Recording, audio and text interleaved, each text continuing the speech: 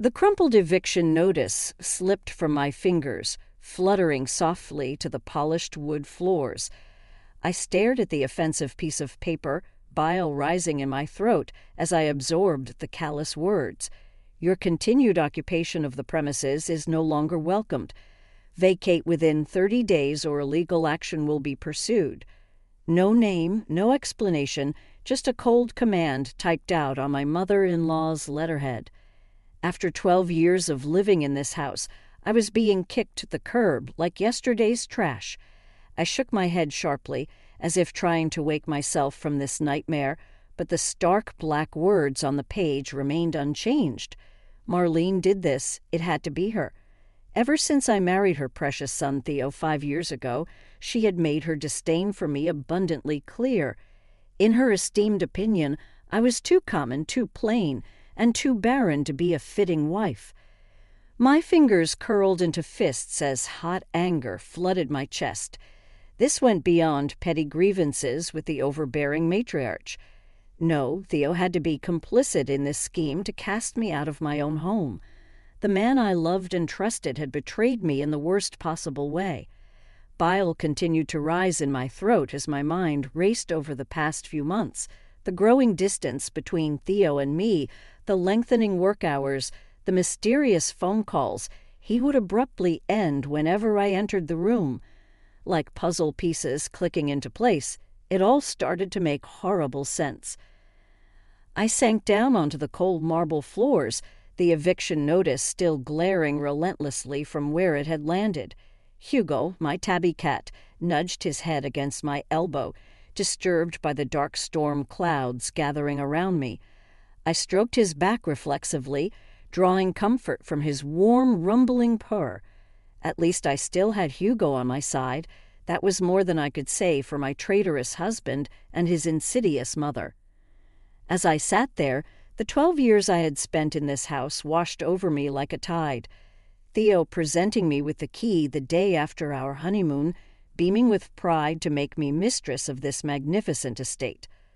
Long summer days lounging by the pool with my friends, glasses of crisp rosé in hand, curled up with Theo by the crackling fire on winter nights, safe in the circle of his strong arms. I swallowed hard past the lump in my throat. Were all those memories just pretty illusions? Had my marriage to Theo been nothing but an elaborate sham this entire time? The painted walls around me now seemed like a gilded cage, trapping me inside a role I no longer played. Mistress of the manor, lady of the house. Those titles had been ripped away, replaced now with unwelcome occupant. Everything I had known, this house, my marriage, my hopes of starting a family one day, had been built on quicksand, and now I was sinking into an abyss of anger, betrayal, and bone-deep hurt. I rose on wobbly legs, shaking off Hugo's concerned nudges, padding quietly through the empty halls. I entered my bedroom with trepidation, Theo's smells still lingering, his musky cologne, the peppermint hair gel he used religiously each morning. But for the first time, those familiar scents made my stomach curdle with resentment instead of affection. I sank down on the massive four-poster bed, its plush duvet suddenly feeling frivolous and wasteful. I should have known a marriage crafted from convenience instead of passion could never withstand the tests of time. Theo had needed a polite, presentable wife to silence his mother's complaints. I had needed financial security after my first failed marriage left me penniless. On paper, we made perfect sense, but the contracts of marriage run deeper than what's on paper. They require trust, communication, compromise, all things painfully absent from my relationship with Theo. I rose and began yanking open dresser drawers, no longer caring about the racket I was making. Let them hear what damage their callous actions had wrought. I recklessly swept aside neat stacks of ironed clothing, not even folding them properly in my haste. My hands closed around the fake bottom I had installed in his drawer years ago, popping it open. I retrieved the flash drive concealed beneath, clutching it tightly. If Theo thought he could discard me so easily, he was sorely mistaken. I was taking this insurance policy with me. I woke with a start, momentarily confused by my unfamiliar surroundings. Rather than the king-sized sleigh bed I'd shared with Theo, I was curled up on the lumpy sofa bed in my tiny rental apartment. The previous day came crashing back. The confrontation with Theo over my eviction, my furious packing, his half-hearted excuses about financial difficulties. I had spat back that money seemed plentiful enough for him to afford a fancy new condo for his mistress. Theo's face had drained of color. "How did you? Who told you that?" he sputtered. "I found out all on my own," I hissed. "I know you've been siphoning money from our accounts for months. Did you really think I wouldn't notice $10,000 a month disappearing?" He ran a hand through his hair, refusing to meet my livid gaze. "Alara, I swear she didn't mean anything to me. It was just a stupid fling." "Save it," I snapped, clenching my fist so I wouldn't succumb to my urge to slap him. "This isn't about her. This is about you lying to my face, betraying our vows and deceiving me." I turned on my heel, abandoning him to deal with the movers. My departure was satisfyingly dramatic, but my triumph soon faded, replaced by bone-deep hurt and anger. I rose unsteadily from the lumpy couch, my back protesting yesterday's frenzied activity. At least Theo's credit card had been useful for furnishing this depressingly bare apartment. I hoped the $5,000 bill gave him a nice slap in the face. I filled Hugo's food bowl on autopilot, my thoughts churning darkly. How could I have missed all the signs these past few months? Thinking back, it was painfully obvious. Theo's late nights at work, his constant distraction whenever we talked, the locked study I was now barred from entering. An icy sensation trickled down my spine. In my hurried packing yesterday, I'd forgotten to retrieve my laptop stashed in there. Cursing under my breath, I grabbed my keys and headed for the door. Time for another unwanted trip to the scene of this betrayal. Maybe I'd accidentally smashed something expensive on my way out. 20 minutes later, I stood outside the formidable wrought iron gates that marked the entrance to what used to be my home. I stared bitterly at the ostentatious double doors and sprawling columns. What a fool I'd been, thinking I belonged behind those gilded walls. Squaring my shoulders, I strode up the winding driveway, steeling myself for another confrontation. Before I could knock, the door was wrenched open abruptly. Marlene's piercing eyes raked over me disdainfully. Well, I thought I made myself clear about you not being welcome here anymore," she said coldly. Behind her tailored skirt and silk blouse, I caught a glimpse of suitcases stacked in the foyer. My eyes narrowed. "Going somewhere, Marlene? That's none of your concern. State your business and then kindly leave." I crossed my arms. "I need to get some personal items from the study. It will just take a moment." Over her shoulder, I noticed Theo descending the curved staircase, his normal polish slightly diminished. His suit was badly wrinkled, and his face was drawn, but my long-dormant sympathy remained buried deep. He had made his bed by betraying our marriage. Now he could lie in it. "Let her get her things, Mother," he said tiredly, avoiding my accusatory stare. Might as well avoid another scene. Marlene huffed in annoyance, but remained stubbornly blocking the doorway. Sighing, I shouldered past her roughly. Her affronted gasp followed me as I stormed down the hallway to the locked study, fishing the key from my bag with trembling fingers. I shoved it in the lock vindictively. As expected, the study was in complete disarray. Papers scattered, drawers hanging open haphazardly, remnants of my missing belongings strewn across the floor. I spotted my laptop under a chair and quickly stashed it in my bag. As I turned to leave, I paused, struck by the chaotic sight. Something wasn't adding up. Marlene's packed suitcases, this ransacked room, it hinted at something much darker lurking beneath the surface. I slowly circled the room, taking in details that eluded me during my angry packing frenzy yesterday. Bank statements and unopened bills littered the floor alongside flashy jewelry store receipts. My investigator's instincts, dormant since my divorce attorney days, switched on, methodically sorting through the paper trails. A shocking narrative emerged: excessive spending well beyond our means, frantic credit card applications clearly denied, final foreclosure warnings from the bank. Rocking back on my heels, I struggled to absorb this new reality on top of yesterday's revelations. Not only had Theo betrayed our marriage, but his reckless spending had torpedoed us into financial ruin without my knowledge. No wonder Marlene was so desperate to cast me out of her perfect palace. Clutching the damning evidence to my chest, I strode out of the study with newfound purpose. Theo and Marlene had played me for a fool, manipulating me like their own personal puppet. But the show was over. This victim had found her voice, and there would be hell to pay. Armed with the damning evidence tucked securely in my bag, I strode towards the front door with righteous fury pumping through my veins. Theo and Marlene had treated me like a disposable pawn for too long. Now it was time for their despicable web of lies to come crashing down. Marlene blocked my way as I tried to storm past, her talon-like nails digging into my forearm. "Just where do you think you're going with those private documents?" She hissed. I wrenched my arm free, getting right in her pinched face. "First, don't ever touch me again. Second, your financial records stopped being private when you used my name to take out massive loans. I'm taking this evidence and contacting my divorce lawyer." Theo rushed over, his tired eyes wide with panic. "Alara, please be reasonable. We're undergoing a temporary cash flow issue, that's all. Mother has already made arrangements to cover it." His platitudes only stoked my rage hotter. "Oh, so pilfering my personal accounts without consent and racking up secret credit card debt constitutes just a minor issue in your book?" I scoffed bitterly.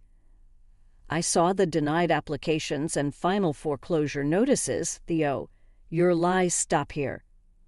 Theo paled, while Marlene's painted lips flattened into a hard line, her beady eyes shooting daggers. "You clearly don't grasp the gravity of this situation," Marlene bit out. "My son is facing financial ruin. Is dragging our family name through the mud really necessary just to satisfy some petty revenge fantasy?" Red-hot anger licked through my veins. This woman dared insinuate I would invent financial crimes just for revenge. Before I could retort, she charged on, clutching Theo close to her bony chest. "All my son did was try to maintain a lifestyle you eagerly enjoyed the fruits of for years. And how do you repay that generosity? By exposing his understandable missteps to bring us all down out of spite." Theo gently extricated himself from her claw-like grip. "Alara has a right to be upset, Mother," he said tiredly, still refusing to meet my eyes. "I should have been honest about our situation from the start." I crossed my arms, unswayed by his half-hearted display of accountability. "Well, it's too late for that now. I'm contacting my lawyer this afternoon to file for divorce, and I won't hesitate to disclose evidence of fraud." Marlene's bony hand flew to her throat dramatically, while Theo slumped against the wall. For all their pretenses of power and control, one whiff of consequences had them quaking in their expensive Italian leather shoes. Pathetic. I stepped forward until only inches separated me from Marlene's wild eyes. "Here are your options. You can contest the divorce and force this evidence into the public record, destroying what remains of your family name and fortune. Or you can sign the papers, providing me a reasonable settlement, and pray I show mercy by staying silent." I strode away, heels clicking crisply on the polished floors. At the front door, I paused without turning around. "You have 24 hours to decide. Choose wisely." The heavy oak door slammed behind me with an air of finality. I slid behind the wheel of my car, hands shaking as I cranked the engine. Now that my adrenaline was fading, the gravity of what just happened sank in. I had confronted my deceitful husband and manipulative mother-in-law head-on, and instead of playing the victim as they expected, I had seized control and dictated the terms going forward. No more cowering or shrinking myself to fit their twisted expectations. The doormat they had trampled on so gleefully was finally demanding respect. As I pulled through the imposing gates onto the quiet suburban street, I caught a glimpse of Hugo's plushy face peeking through the back windshield. My breath hitched in my throat. In the chaos of that toxic household, I had nearly forgotten about my sweet Tabby. An unfamiliar sensation pricked behind my eyelids. I swiped at them fiercely as I accelerated down the tree-lined road. How could I have left my loyal companion, my sole source of comfort during many lonely nights, alone with those monsters? What kind of guardian abandons her defenseless kitty like that? My hands clenched the wheel tightly. Enough second-guessing myself. There would be plenty of time for regret later. Right now, I needed to focus and stick to the plan. I would wrap up my affairs quickly and efficiently before setting us both free from this toxic situation. Soon, sweet Hugo and I would be far away, starting fresh in a place where no one knew our names. Just a woman and her cat against the world. Terrifying, yes, but anything seemed better than staying trapped in this twisted web of betrayal and lies. 2 weeks had passed since. I stormed out of Theo and Marlene's den of lies. In that time, I had booked us 2 one-way tickets far away from this town and its superficial social scene. Somewhere I could remake myself without judgmental eyes tracking my every move. The divorce was progressing rapidly now that Theo had acquiesced to my demands, perhaps hoping I would show mercy if he played nicely.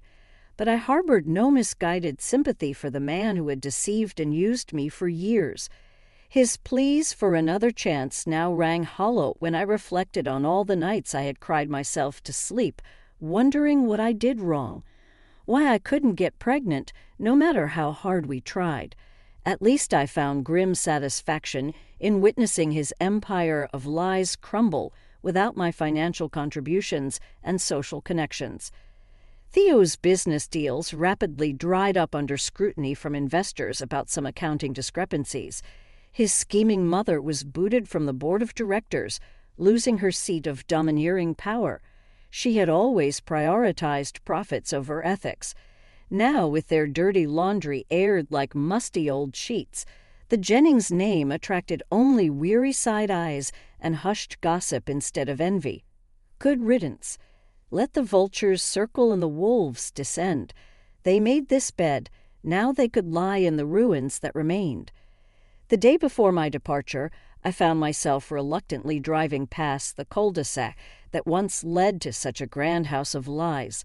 Grim satisfaction flooded me at the sight of the imposing wrought iron gates, now obstructed with somber eviction signs rather than luxurious gardens. But appearing closer, I spotted an elderly woman lingering alone with her suitcase on the sidewalk, wildly dialing some number. Recognition slammed me in the gut. Marlene's once commanding presence had diminished into a frail, defeated shell of her former self. Her arrogance had crumpled alongside the financial empire she was so proud of. An uncomfortable twinge stirred in my chest before I quashed it down. I owed that woman nothing, least of all my pity or sympathy. Her own ruthless ambition had led her here. I intended to drive on, leaving Marlene surrounded by the ruins of everything her vile plots had built.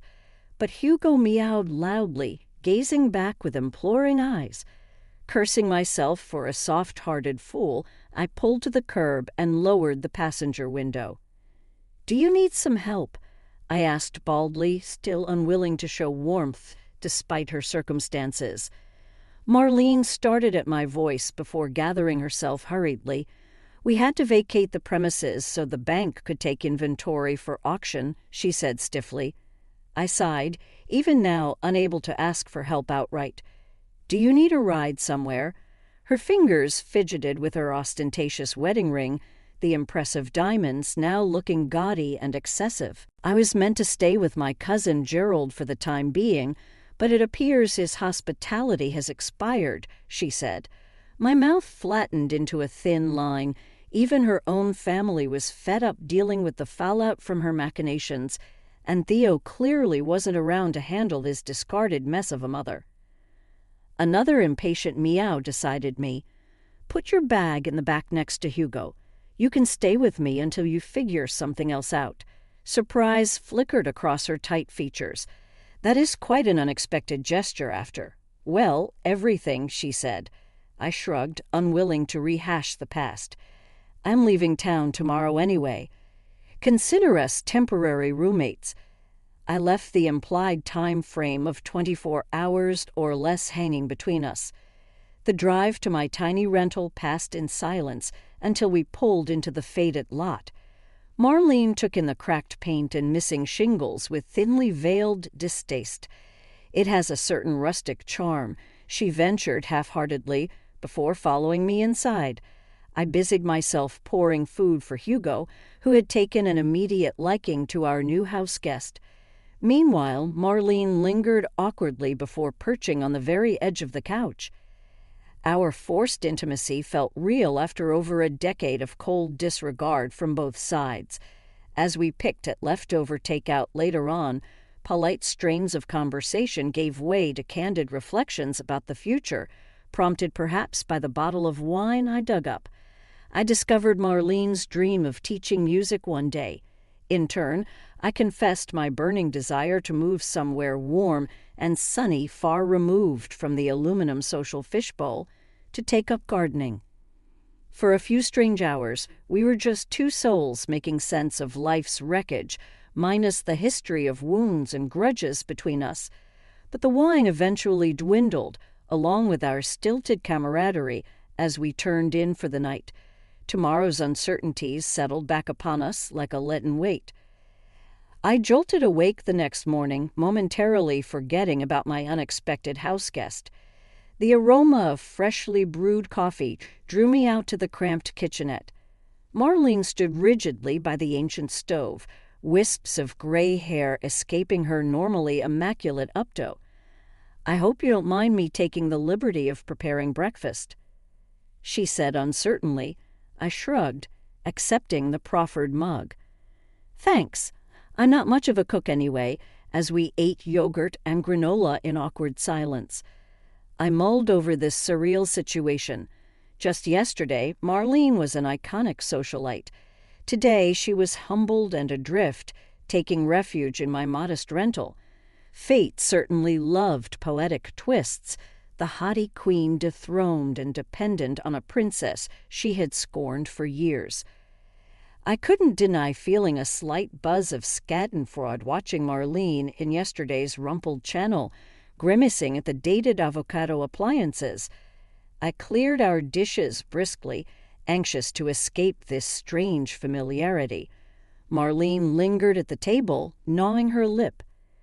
"Have you given any thought to what comes next?" Her unspoken words hung heavy between us. After she left here, after I moved away to start fresh, after the final guillotine blade of divorce severed me from the only life I'd known for 12 years. I scrubbed the plates harder, avoiding her piercing gaze as I pretended fascination with a bit of stuck egg. The truth was, I actively resisted peering too far down the lonely road of singlehood stretching before me. Despite everything, searing pain gripped my heart, imagining never seeing Theo's crooked smile first thing in the morning or hearing his off-key singing in the shower. Through betrayal and deception, parts of me still clung to the comforting refuge of us. Of course, I couldn't confess these weak sentiments to Marlene. Clearing my throat roughly, I turned to face her with forced conviction. "I have a flight booked to Arizona for later today. Once there, I'll start job hunting so I can afford a small place just for me and Hugo." My voice hitched slightly over our names. Eventually, I might even try dating again. But for now, it's enough to just live simply without toxic people around. I expected Marlene to flinch at the thinly veiled barb. Instead, her eyes softened with what looked strangely like empathy. "The future is often murkier than our best-laid plans anticipate," she said slowly. "Perhaps if I had adopted your openness to unexpected possibilities years ago, things would have played out quite differently." I raised a skeptical eyebrow, certain this was a transparent attempt to diminish her culpability, but Marlene raised a staying hand. "You owe me nothing, least of all an audience for my regrets. Suffice it to say that pride and fear of vulnerability blinded me to what truly mattered until it was too late." She glanced down, blinking rapidly while I shifted awkwardly. I had steeled myself to confront Marlene's haughty indifference once more, only to be thrown by this display of humility. But I hesitantly filled the silence, voicing a question that had plagued me for years. "Why did you dislike me so intensely from the beginning? I tried everything to win your approval and make Theo happy." My voice cracked pathetically on his name. Marlene seemed to fold into herself, and for the first time, I glimpsed hints of a heavy burden weighing down her ramrod posture. "You represented warmth, spontaneity, sincerity, everything I lost touch with long ago in my quest for the perfect family image." She gazed out the dingy window. "Rather than inspire me to reconnect with life's joy, your vibrancy only magnified my own isolation, so I sought to diminish what I envied." Her poignant confession landed between us with the weight of a thrown gauntlet, unexpected but impossible to ignore. I sank slowly onto a creaking chair, shoulders slumping, too exhausted to even summon anger over so many wasted years chained to her warped insecurities and judgments. Perhaps sensing my fatigue, Marlene lightly touched my shoulder. "The past can't be altered, but the future awaits whatever we choose to carry forward or leave behind." With that enigmatic remark, she quietly retreated to the bathroom, granting me space to process this overdue revelation. Through the dingy window, I glimpsed my car stuffed with 2 lives haphazardly thrown together, aiming only for distance from the ruins of experience. Gathering courage, I whispered a promise. One life I could still get right. I zipped my bulging suitcase with finality, scanning the cramped room for any last-minute items. Today was an ending, the closing of a chapter filled with betrayal, heartbreak, and finally empowerment. Soon, Marlene and I would part ways at the airport to embark on uncertain futures that no longer involved the toxic tether of Jennifer Men. Marlene perched elegantly on the sagging sofa, though her normal, perfectly pressed attire was rumpled after a night on the lumpy pullout. I hesitated, feeling I should say something, but uncertain where we stood after last night's emotional conversation. Before the awkward silence could stretch too long, my cell phone lit up with Theo's handsome face. Still conflicted over seeing his smile every day in my photos, I silenced the call. I owed him nothing more, especially on my last day in this godforsaken town. "Let me guess, another pathetic plea for reconciliation?" Marlene asked dryly. When I nodded, truly her mouth flattened into a hard line. Clearly the consequences of his abhorrent behavior haven't fully penetrated that thick skull yet. If he believes sweet words can erase the past. I bristled slightly at her criticism. Theo cheating didn't negate over a decade together, when I still sometimes slipped and thought of him as my partner rather than soon-to-be ex. Sensing my hesitation, Marlene leaned forward, eyes flashing. "Alara, listen to me. Men like Theodore never change. They simply find new victims once the current one finally resists being used and lied to. You deserve so much better, and I won't have you throwing away this fresh start because of some misplaced longing for a man incapable of valuing your beautiful spirit." Her passion threw me. Marlene despised vulnerability, preferring to manipulate scenarios from behind the scenes. This fierce display revealed glimpses of the motherly protector she kept buried beneath ambition and stone-faced control. Seeing warmth emanating from someone I had long dismissed as an icy villain both rattled and touched me. Rather than grapple with complex feelings, I straightened briskly and reached for my suitcase. We should get going. I still need to drop you at the airport. The drive passed swiftly as we purposefully avoided tender topics or future plans. But pulling up to the terminal's bustling curb, melancholy still permeated the cramped space. Our paths were unlikely to ever cross again after today. Nostalgia flickered briefly for the friends we could have been under different circumstances before I quashed it down. No point getting mired in fruitless what-ifs. I climbed out and retrieved her small bag from the back seat, facing each other squarely for likely the last time. Echoes of the past hovered ghostly between us. Years of rivalry and resentment now faded into exhaustion and regret in the light of present upheaval. Surprising us both, I stepped forward and briefly hugged Marlene's fragile frame, feeling sharp shoulder blades under my palms. She squeezed back tightly for a breath before drawing up sternly, lips quivering slightly with a mute nod that conveyed volumes. Then she walked briskly through the sliding doors without a backward glance. Watching her departure, I exhaled slowly, unexpectedly feeling lighter and oddly at peace. The bitter old vulture had faced her long overdue reckoning, but the broken woman moving cautiously into an uncertain future now seemed unshackled from former bonds of perfectionism. I lingered a few moments more in the idling car, staring sightlessly across the bustling lanes of traffic.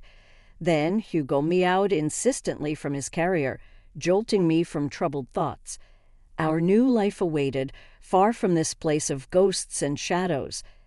After dropping Hugo at the special pet boarding area, with strict personalized care instructions, I headed toward the crowded security queues. But barely 20 steps later, familiar polished loafers appeared in my peripheral vision. I halted abruptly, heart pounding. How dare he ambush me here when I had made my wishes for no contact perfectly clear? I pivoted slowly to face Theo, taking savage satisfaction as his innately poised countenance wavered under my blistering glare. The weeks following my departure had clearly taken their toll. His Armani suit hung loosely off a gaunt frame, and stubble peppered his normally smooth jaw. But I staunchly barricaded any softening behind bitter memories of his callous betrayals. Drawing myself up rigidly, I brushed past him without a word, refusing to indulge this confrontation or be manipulated yet again by his excuses and platitudes. But his hand gently caught my wrist, halting my furious momentum. "Alara, please wait. I know you owe me nothing after how despicably I acted, but we meant too much once for it to end this bitterly without closure. Just hear me out, and then I'll accept whatever choice you make." I wavered. His simple dignity contrasted starkly with prior vigorous denials. Sensing my hesitation, Theo guided us gently to an empty waiting area, his familiar earthy scent briefly distracting before I caught myself leaning closer instinctively. No more damning self-deceptions. I would hear him out, but my erstwhile prince had forever forfeited the privilege of my trust. Settling reluctantly across from him, I crossed my arms and waited. Theo fiddled with his silver wedding band, gathering courage under my expectant stare. When the stretching silence became unbearable, I prompted impatiently, "Well, you insisted on this intrusion, so talk." He raked a hand through prematurely graying hair. "You deserve the full truth about her, about everything." My nails carved crescents into my palms. The wounds were still so raw even her pronoun felt like lemon juice, highlighting my pathetic inability to move on fully. Sensing my lingering fragility, Theo's eyes softened. "Alara, she never mattered, not like you. It was just a stupid conquest to feel young again, with too much booze and flattering attention." I cut him off sharply. "Your asinine midlife crisis doesn't justify the deliberate choosing of infidelity. You squandered precious years we can't recover." My voice broke on the last word. "You're completely right. Nothing forgives what I did," Theo said, beseechingly staring into my eyes. But hardest to admit has been facing the underlying reason this recklessness felt so compelling. He took a shuddering breath. "I was terrified of truly being there for you emotionally after the last miscarriage. Easier to escape into late nights at bars rather than wrestle with feeling like a failure as your husband." Unwelcome sympathy pricked my conscience, hearing the depth of his private demons. Before I set my jaw firmly, his weakness didn't exonerate deeply scarring betrayal. Sensing he hadn't earned the right to my absolution yet, Theo leaned forward urgently. "That day you collapsed in the foyer, I ignored 10 panicked messages from Julian to jet off with her instead. What kind of man abandons his wife unconscious and bleeding?" His broad shoulders shook with rare, vulnerable emotion. The affair ended that very night once guilt overruled the thrill of pretended escape. But like a coward, I just doubled down on secrets instead of confessing. Despite myself, hot tears trailed down my face at the excruciating image. Seeing my distress, he cautiously extended a tentative hand. When I didn't pull away, he enveloped my icy fingers in consoling warmth. "Alara Jennings, you have been my steadfast anchor through lost jobs, family deaths, all of it," he said, thumbs gently tracing my knuckles. "I destroyed everything good through my own weakness in failing you, and no words can ever heal that pain." He squeezed my hands softly, meeting my eyes with heartbreaking sincerity. "I just needed you to know your immeasurable worth before our paths diverge for good." I stared sightlessly over his shoulder, struggling desperately to shore up crumbling defenses against this tender onslaught. But Theo misinterpreted my silence and withdrew hastily. "Forgive my selfishness keeping you any longer. I wish you all the joy and peace going forward that you deserve," he said, making to stand. Before I gave in to the magnetic pull I had resisted for endless, lonely weeks, I grabbed his wrist wordlessly. Our joined hands spoke of lingering ghosts not fully exorcised, despite determined intentions to walk away whole and healed. "Come with me to grab lunch before my flight," I whispered hesitantly. "We both could use the company." His eyes lit up with notes of irrepressible hope that caught traitorously in my weary heart. We meandered slowly through garishly lit terminals with hands loosely linked, the familiar intimacy both comforting and piercing after so many silent nights, strangling on angry tears into my pillow. As we dwelled in this peaceful eye in the storm of separation, I dared acknowledge how perfectly our hands still fit together, if only for a few stolen moments more. But crossing the bustling departure hall, reality intruded as my terminal flashed insistently on the screen above. I lingered reluctantly, clutching these final grains of before we slipped away forever. With strength that surprised us both, I embraced him fiercely, conveying wordlessly echoes of grief over wrecked dreams and forgiveness still under construction. His lips grazed my hair, landing feather-light like a blessing. "Walk forward in hope," Theo whispered, eyes suspiciously bright. He stepped back and raised a hand in silent farewell. I strode steadily to the boarding gate without glancing backward, but as the plane engines roared to life, I pressed my palm against the window, imagining his steadfast silhouette waiting below until distance rendered us strangers once more. I gazed out the dingy bus window as the California desert peeled back, revealing saguaro-dotted vistas under cerulean skies. The burning Golden State sun was just setting behind craggy red peaks. I smiled softly, feeling possibilities stirring within me like those hardy wildflowers I spotted blanketed alongside the highway, narrowly avoiding the brown desolation. This faded greyhound was miles removed from the privileged delusion of my former life, when spontaneous weekend getaways meant booking a lavish resort suite on Theo's black card rather than dozing upright with questionable stains on ripped vinyl seats yet. I had never felt freer than with the wind whipping through cracked windows as I hugged a worn postcard with a hastily circled apartment listing. The ad I had obsessively memorized was for a coy one-bedroom casita on the outskirts of Tucson, backing up to saguaro forests and sun-baked trails. Affording the $750 monthly rent would require relying on spousal support payments from Theo for a little while longer until I found reliable work. I knew without asking Marlene was getting by on similar temporary lifeboats. Whatever settlements our lawyers had wrangled from the former Jennings empire, Pride would just have to cope with necessities for now. My impulsive liberation from toxic security had to transcend fear-based decision-making. I refused to settle in meaningless jobs just for the paycheck. I craved space to rediscover my passions.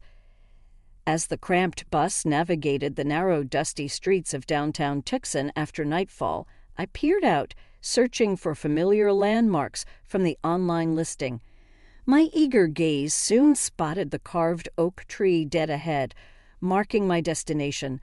I quickly tugged my worn duffels down, jostling blurry passengers, scooping up a Yoling Hugo. I murmured excitedly to him as we stepped off onto the cracked sidewalk, breathing in creosote and sage-scented air. The promised carved oak stood proudly between two squat adobe homes, seemingly melded with the desert itself. My new neighbor kept a cozy handcrafted wind chime dangling from gnarled branches that tinkled cheerfully in the warm breeze. Further down the dusty street, lights still burned cozily in low windows as families finished evening meals, faint laughter, and barking dogs echoing through the sleepy neighborhood. Drawing courage from such warm domesticity, I marched up to the small mustard-yellow duplex tucked privately in the back, flowers overflowing from rusted barrels flanking the turquoise door. My new landlady, Sylvia, emerged at the sound of gravel crunching under my feet, her deeply lined and weathered face cracking into a brilliant, welcoming smile. Dried lavender sprigs woven through thin braids spilled across her faded peasant blouse as she drew me into an unexpected embrace, redolent of sweet sage and cornmeal. "Alara, so wonderful you made it safe, dear heart. Don't be shy now, come in, come in. I have your unit all ready for occupants big and small." Her musical voice held echoes of the multicultural Southwest as she scooped up Hugo and cooed nonsense sounds at him. My anxious shoulders relaxed at her easy affection, and within 15 minutes, all my earthly belongings were tucked cozily into the lovingly decorated one-bedroom overlooking fragrant flowers and flowering bushes alive with birds. Sylvia proudly demonstrated the shiny oven and gurgling fridge she had picked up secondhand, especially with me in mind, before stuffing my hands with homemade tamales and departing with another fierce hug. Alone in the tiny haven, emotion swamped me as I sunk down on the quilted sofa, staring sightlessly at azure walls and the vibrant paintings adorning them. After so many years existing elegantly in Marlene's cold shadow, I was finally home. Somewhere that felt utterly mine alone to nurture growth rather than shrink small for approval. I didn't bother fighting grateful tears. Let them flow freely to cleanse old wounds so something fresh and resilient could take root. Even Theo's framed face, smiling down from my bedside table, no longer constricted my heart as it once had, simply a bittersweet reminder that seasons change, but the essence of who we are remains if we nurture truth within. Curled under a quilt, watching the moon rise with Hugo purring softly beside me, I made a silent pledge. Never again would anyone dictate my worth or potential. I was finally choosing to live rather than just survive, to embrace life's messy evolution on my own terms with arms flung open wide. Tomorrow's unknowns no longer sparked fear, but rather anticipation blooming brightly like those desert wildflowers daring to blossom against adversity. Tonight, I simply rested in my decision to thrive freely under boundless western skies,